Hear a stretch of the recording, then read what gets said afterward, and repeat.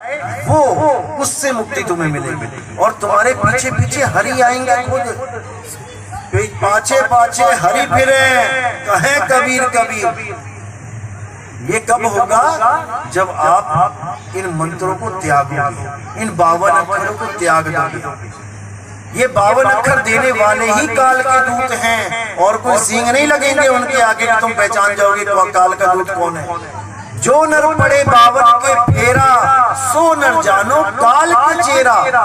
और जब 52 का टूटे डोरा, सहजे छूटे काल झकोरा। फिर नहीं आए फिर नहीं जाए, सार शब्द में रहे समाये।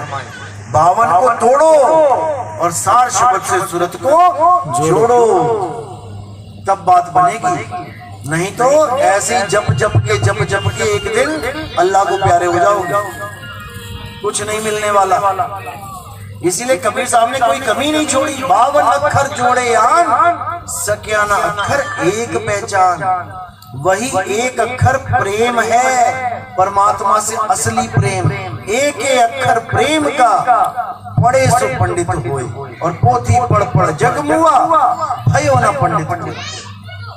तो इसी पंडित की बात कर रहे हैं जो एक अक्षर को जाने। 52 अक्षर जोरे आन, सकिया न अक्षर एक पहचान।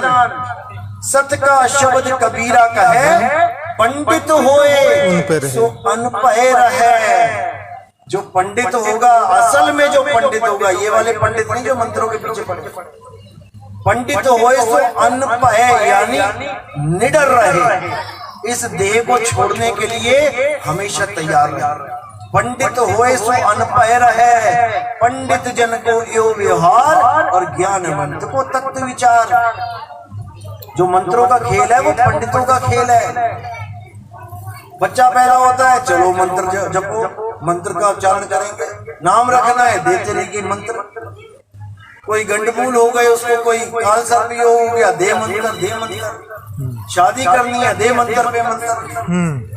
उसके बाद मर गया, क्रियाक्रम में दे मंत्र पे मंत्र। सब ब्राह्मण लोग बिना मंत्र के, बिना क्रियाक्रम के इसकी मुक्ति नहीं होगी। चलो ठीक है, तुमने मंत्र जप लिए, क्रियाक्रम हो गया, मुक्ति हो गई। उसके बाद फिर 13वीं आ जाती है कि भैया ये करो, नहीं तो उसकी मुक्ति नहीं होगी। अच्छा, वो पहले जो मुक्ति हुई थी उसका क्या हुआ? जो क्रियाक्रम में मुक्ति करवाई थी उसका क्या बना? अगर मैं 13वीं ना करूंगा तो मुक्त नहीं होगा वो। चलो 13वीं भी कर दी, उसके बाद 1 साल बाद फिर खड़ा हो जाता है आके, ये करो नहीं तो वो मुक्त नहीं होगा। अच्छा, 2 बार मुक्ति करवाई थी, वो कहाँ गई? फिर 1 साल बाद वाली मुक्ति होगी, फिर 4 साल बाद फिर खड़ा हो जाएगा चौरक में। यानी कि बस मूर्ख बनाते रहो दुनिया को, और दुनिया मूर्ख बनती रहे। अरे मुक्ति एक बार होती है, एक बार मुक्ति हो गई, दूसरी मुक्ति की जरूरत नहीं है। लेकिन कोई भेद को नहीं समझ रहा, सब अंधी भेड़ की तरह, जैसे भेड़ चाल होती है, एक के पीछे एक बस चले जा रहे हैं। अब यही कबीर साहब ने बोला, अगर तुम भेड़ चाल में चलोगे तो तुम्हें इस शरीर में से जब निकलना पड़ेगा तो इन 9 दरवाजों से निकलना पड़ेगा। आज मृत्यु आ गई तो तुम्हारे पास निकलने के लिए केवल 9 दरवाजे हैं। कौन कौन से 9 दरवाजे हैं?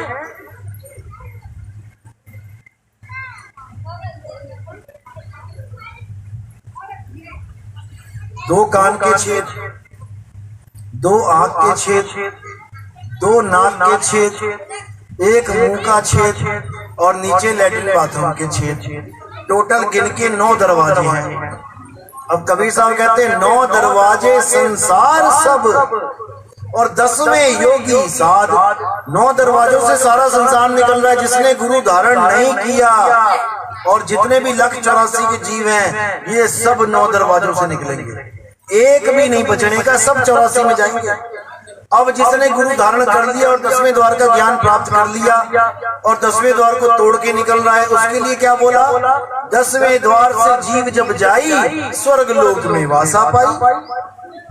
बन गया राजा महाराजा। तो कहते हैं 10वें द्वार प्राण निकले राज खानी जाए, कुछ देर राज भोगे फिर पाछे पछताए। बन गया राजा। और राजा बनेगा फिर क्या होगा? तपो राज राजो नरकम, फिर नरक में चला गया। अब 10वें दरवाजे से निकल के भी मुक्ति नहीं मिल रही है। अब क्या करे? अब बची है 11वीं खिड़की। अब जब तक उसका भेद नहीं पता लगा, जब तक मुक्ति भूल जाओ। साहिब कहते हैं 9 द्वारे संसार सब 10वें योगी साध, एकादश खिड़की बनी और जानत संत सुजान। वो एकादश खिड़की क्या है? वो शब्द द्वार है, उसी को शब्द का द्वार बोला है, उसी को बोला द्वार न पावे शब्द का, फिर भटका खाए। जब तक तुम्हें शब्द गुरु शब्द द्वार का भेद नहीं पता लगा, जब तक तुम मुक्त नहीं हो सकते। इस चमड़े के शरीर में से तुम्हें एक दिन निकलना पड़ेगा और लख 84 में जाना पड़ेगा। कोई गुरु रोकने वाला नहीं है। ये गुरु लोग कहने को कहते हैं कि तुम्हारे पिताजी सतलोक चले गए, तुम्हारे पिताजी अमरलोक चले गए। तुमने देखा जाके क्या वहां पे कि पिताजी कहाँ पे हैं? केवल मीठी वाली, जैसे बच्चों को लॉलीपॉप देते ना, तुम्हें मीठी वाली गोली दी जा रही है ना। तो तुम गुरु से पूछ रहे हो कि गुरुजी सतलोक कहाँ पे है, बताओ जरा कहाँ पे है। अगर तुमने देखा हमें भी दिखा दो ले जाके, क्योंकि कबीर साहब ने कहा है लोक अलोक शब्द है भाई, और जिन जाना तिन संशय जाए। लोक अलोक शब्द है भाई, असल में सतलोक क्या है? शब्द ही सतलोक है, और कोई लोक नहीं है कि कोई आसमान पे सतलोक बनाए। कबीर साहब कहते हैं हम वासी वा देश के, जहाँ जात वर्ण कुल नहीं, और शब्द मिलावा हो रहा देह मिलावा नहीं। जिस देश में मैं रहता हूँ वहां पर देह नाम की चीज नहीं है कोई। तो तुम्हारे पिताजी कहाँ बस गए जाके वहां पे सतलोक में? देह मिलावा नहीं। अब आगे क्या कह रहे हैं? हम वासी वा देश के, जहाँ जात वर्ण कुल नहीं, सैन मिलावा हो रहा शब्द मिलावा नहीं। क्योंकि इन गुरुआ लोगों ने शब्द के नाम पे बड़ी बड़ी दुकानें चला दी हैं कि हम भी शब्द देते हैं, हमसे शब्द ले लो, हम भी शब्द देते हैं। तो साहिब ने शब्द का भी खंडन कर दिया, लेकिन कौन से शब्द का? जात अजपा और अनहद शब्द का। सार शब्द का खंडन नहीं किया। सार शब्द के लिए बोला बीजक में कि सार शब्द कही बाची हो, मानो अतबारा अक्षर पुरुष पेड़ है, निरंजन वाकी डारा। कौन है अक्षर पुरुष? क्या कभी अक्षर पुरुष की फोटो दिखाई किसी ने, या किसी ने भेद बताया हो अक्षर पुरुष क्या है? उठा के बस नाम पकड़ा दिया, सोहंग सोहंग जप लो, सत्सोहंग जप लो, ओम कलियम हरियम जप लो, निरंकार जप लो, ज्योत निरंजन जप लो। जपना बाद में है, पहले ये बताओ अक्षर पुरुष कौन है जिसकी वजह से ये काल पैदा होगा। अब इसी काल ने हमारा जीना आराम कर रखा है। अब क्या गारंटी है ये काल दोबारा पैदा नहीं होगा? एक बार मरे तो इसको पैदा करने वाला ही अक्षर पुरुष है, और ये बार बार पैदा करता है। जब तक अक्षर पुरुष नहीं चेतेगा, जब तक ये काल मरने वाला नहीं है। ये काल बार बार पैदा होगा, और ये हमारे हाथ में है कि काल को पैदा करना है कि मारना है। कबीर साहब कहते हैं अरे मन को मार गगन चढ़ जाई, मान सरोवर पैठ न आई। हमें कह रहे हो कि मन को मार और गगन चढ़ जा, लेकिन कौन से गगन में चढ़ जा? रॉकेट में बैठ के जाना है क्या ऊपर? उसका कोई अलग हिसाब है। कैसे चढ़ना है, कौन चढ़ाएगा, कौन सी डोर है वो मकर तार की डोर, कैसे चढ़ेंगे उस पे, वो सब गुप्त भेद होते हैं। वो जब सतगुरु बताता है तब तुम्हें समझ में आता है मंत्र तो जपने ही नहीं थे, ये तो जपवा जपवा के इन्होंने हमें नरकों में डाल दिया। ना मैं जप में, ना मैं तप में, नहीं प्राण में, नहीं पिंड में, यानी देह में नहीं हूं मैं, और इन लोगों ने पिंड के अंदर ही परमात्मा घुसा दिया। परमात्मा को पिंड में बैठा दिया। कहते हैं तुम्हारे अंदर परमात्मा है, मेरे अंदर परमात्मा है। और जब मर जाते हो तो क्यों नहीं उठ पाते? उठाओ अपने गुरुओं को। जब परमात्मा उनकी देही में है तो क्या हो गया परमात्मा को? उठाओ, उठो गुरुजी। अगर परमात्मा गुरु की देह में है और जब वो गिर जाते हैं, मर जाते हैं, तो उनको उठा के दिखाओ ना। फिर कहाँ चला जाता है परमात्मा तुम्हारा? अरे उसमें जीव है, वो जीव शरीर को छोड़ के चला गया, इसलिए नहीं उठ पा रहा है वो। परमात्मा तो बहुत दूर की बात है। इस शरीर में जीव है, जीव की वजह से ये शरीर जीवित है, और तुमने उसको परमात्मा बना दिया कि परमात्मा देही में है। बताओ, ये 5 तत्वों, ये 25 प्रकृति, 3 का पिंजड़ा है। 5, 25, 3 का पिंजड़ा, वहां में तुमको राखे हो, तुमको बिसर गई सुध घर की, महिमा आपन भागे हो। 5, 25, 3 के पिंजड़े में परमात्मा को थोड़ी नहीं उसमें बैठा दिया काल भगवान ने। 5, 25, 3 का पिंजड़ा, वहां में तुमको राखे हो, हमको नहीं, तुमको राखे हो। तोते को पकड़ के रख दिया पिंजड़े में, अब तोते को कह रहा है कि तेरा आसमान पिंजड़े में ही है। अब जब आसमान पिंजड़े में है, तोता उड़ेगा कहां? फिर तो तोता हमेशा पिंजड़े में ही रहेगा।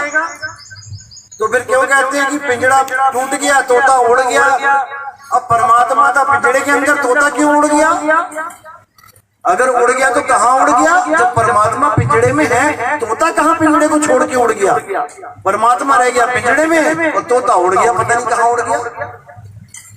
बच्चा समझ रखा है लोगों ने, मजाक बना लिया परमात्मा का। इसमें केवल सूरत है इस शरीर में, और वही अपने आप को जीव का आभास करती है कि मैं जीव हूं। और साथ में कौन रहते हैं? 2 लोग और रहते हैं। कौन कौन रहता है इस घर में? किसी का भी कोई घर है, वहां पे 4 जीव रहते हैं। उनसे पूछो, कोई आया, हाँ जी इस घर में कितने लोग रहते हैं? वो कहेंगे 4 रहते हैं। तो क्या 4 रहते हैं क्या उस घर में? 4 लोग तो वो है जो राशन कार्ड में रहते हैं, जिनके नाम है। बाकी कौन कौन रहता है उस घर में गिन नहीं पाओगे। छिपकलियां रहती हैं, कॉकरोच रहता है, चींटियां रहती है, मकड़ियां रहती हैं, मच्छर मक्खी रहते हैं। उसी घर में रहते हैं जिसमें तुम सोच रहे हो कि केवल हम रहते हैं इस घर में। अब इस काया में कौन कौन रहता है? तुम सोच रहे हो मैं अकेला रहता हूँ, अकेले नहीं रहते हो। अलग पुरुष जब किया विचारा, 184 धागा डारा। 5 तत्व की गुदड़ी बीना, 3 गुणों से खाड़ी कीना। अब तामे जीव ब्रह्म और माया। कौन कौन रहता है इस गुदड़ी में? ब्रह्म जीव, तामे जीव ब्रह्म और माया, ये तीनों तो मेन है राशन कार्ड होल्डर। तामे जीव ब्रह्म और माया, समरथ कैसा खेल बनाया। तो कौन कौन रहता है इसमें? जो मेन है, जीव ब्रह्म और माया, और 3 गुण, और साथ में गणेश जी भी हैं। ये है मेन जो हम कह सकते हैं कि हाँ ये है, और ये इस मकान को चला रहे हैं, साफ कर रहे हैं, सब कुछ कर रहे हैं। और इसके बिना कौन रहता है? दुनिया भर के इन्फेक्शन रहते हैं, तुम्हारे पेट में कीड़े रहते हैं, तुम्हारे ब्लड में इन्फेक्शन रहता है, जिसको मारने के लिए गोलियां खाते हो। पता नहीं कौन कौन रहता है, पूरा ब्रह्मांड समाया हुआ है इस छोटे से शरीर में। लेकिन हम सोचते नहीं, ये तो मैं हूँ, ये तुम नहीं हो भाई, ये चमड़ा है। इस चमड़े के शरीर में तुम्हें रखा गया है, और तुम सोच रहे हो मैं चमड़ा हूँ। तुम अपनी फोटो देखते हो, देखो मेरी फोटो अखबार में छप गई। तुम्हारी फोटो नहीं छप गई, तुम्हारे मकान की फोटो छपी है ये, जिसमें तुम रहते हो। तुम्हारी फोटो तो कोई खींच ही नहीं सकता। नहीं तो लगा लो कैमरा, जो बंदा मर रहा है उसके आगे कैमरा लगा लो। जब वो शरीर को छोड़ के जाएगा, खींच लो फोटो इसकी। क्यों नहीं खींच पाते? क्योंकि उसकी कोई फोटो है ही नहीं। अक्षर पुरुष की कोई फोटो है ही नहीं। वो तो अविनाशी पुरुष है, उसका कोई रंग और रूप और रेख नहीं है। जब उसका कोई रंग रूप रेख नहीं है, तो सतलोक में कौन से मकान में रहेगा वो? कौन सी झोपड़ी में रहेगा सतलोक में? कौन सी सड़कें होंगी उसके चलने के लिए, जब उसका पैर ही नहीं है? जब जीव के हाथ पैर ही नहीं है, तो वो सड़कों का क्या करेगा? तुम्हारे सतलोक में महलों का क्या करेगा? ऐसे मूर्ख बनाया गया इस जीव को। तो गुरबाणी में भी आता है कि रूप न रेख न रंग, प्रभु 3 गुणा तो भिन्न। उसका कोई रंग नहीं है, कोई रूप नहीं है, कोई रेख नहीं है, लेकिन फिर भी वो है, और उसको अनुभव किया जाता है। उसको दिखाया नहीं जाता कि तुमने परमात्मा को देख लिया, मुझे भी दिखा दो। कहते